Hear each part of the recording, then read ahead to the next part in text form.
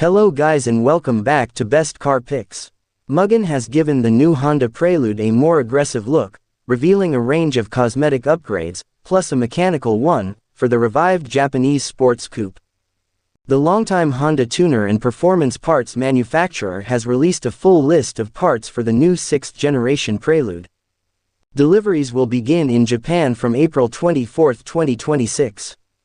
The list of components includes front and rear under spoilers, a rear spoiler and diffuser trim, and side garnishes, all in carbon fiber.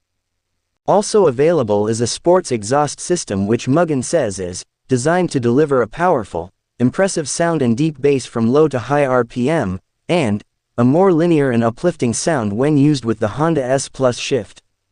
As the new Prelude doesn't have a conventional mechanical transmission, Honda has developed S Plus Shift which emulates an 8-speed auto by offering the same, sharp gear shifting feel. Mugen offers parts for a wide range of Honda vehicles, from the Fit aka Jazz through to the Civic and Civic Type R, the defunct Legend flagship sedan, and even the Vezel aka HR-V and Odyssey. The Born Again Prelude is due on sale here during the first half of 2026, when it will become the first new generation of the iconic coupe nameplate in over 20 years. It's also the first Prelude to offer a hybrid powertrain. The latter incorporates a 2.0-liter Atkinson cycle 4-cylinder petrol engine producing 104 kilowatts of power and 182 newton-meters of torque, mated with a 133 kilowatts, 315 newton-meters electric motor for total outputs of 147 kilowatts and 315 newton-meters.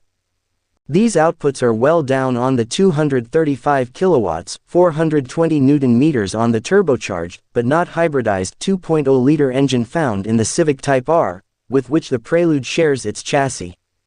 The Prelude features dual-axis strut front suspension with multi-link rear suspension, as well as adaptive dampers borrowed from the Civic Type R but retuned for the Prelude. Like every previous generation of Prelude, the new car is only available with front-wheel drive. However, for the first time there's no manual transmission available.